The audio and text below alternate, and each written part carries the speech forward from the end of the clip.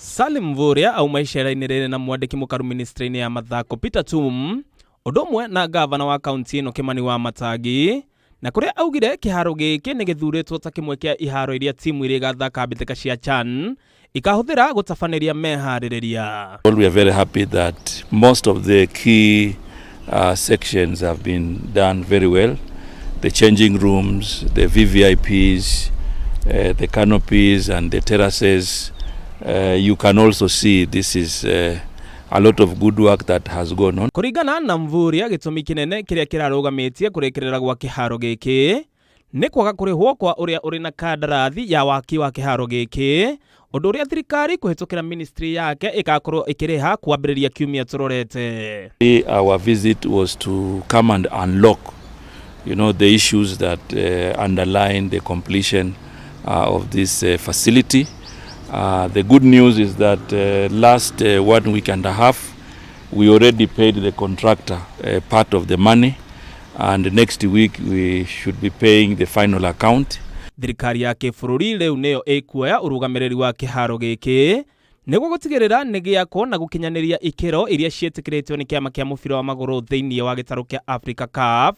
Mvurya oho akiuga thirikari ni yambitie mibango udomwe na mitaratara ya urugamiriri wa iharo guku bũrũri-ini. Sports Kenya will be accessing this stadium to do the final works that are required for CAF.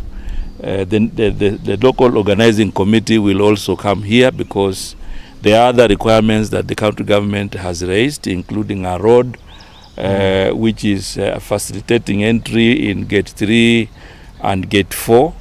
Mwena-ini wake gavana wa Kiambu Kimani Wamathako ni amukirite ripoti ino akiuga Kiharo giki kiarikirira ni gikuhura njeki ukuria wa kaunti ino udomwe na kuhingura mweke wa mawira kuri mbeu njithi kaunti-ini ino. An asset that the people of Kiambu are also going to benefit a lot from.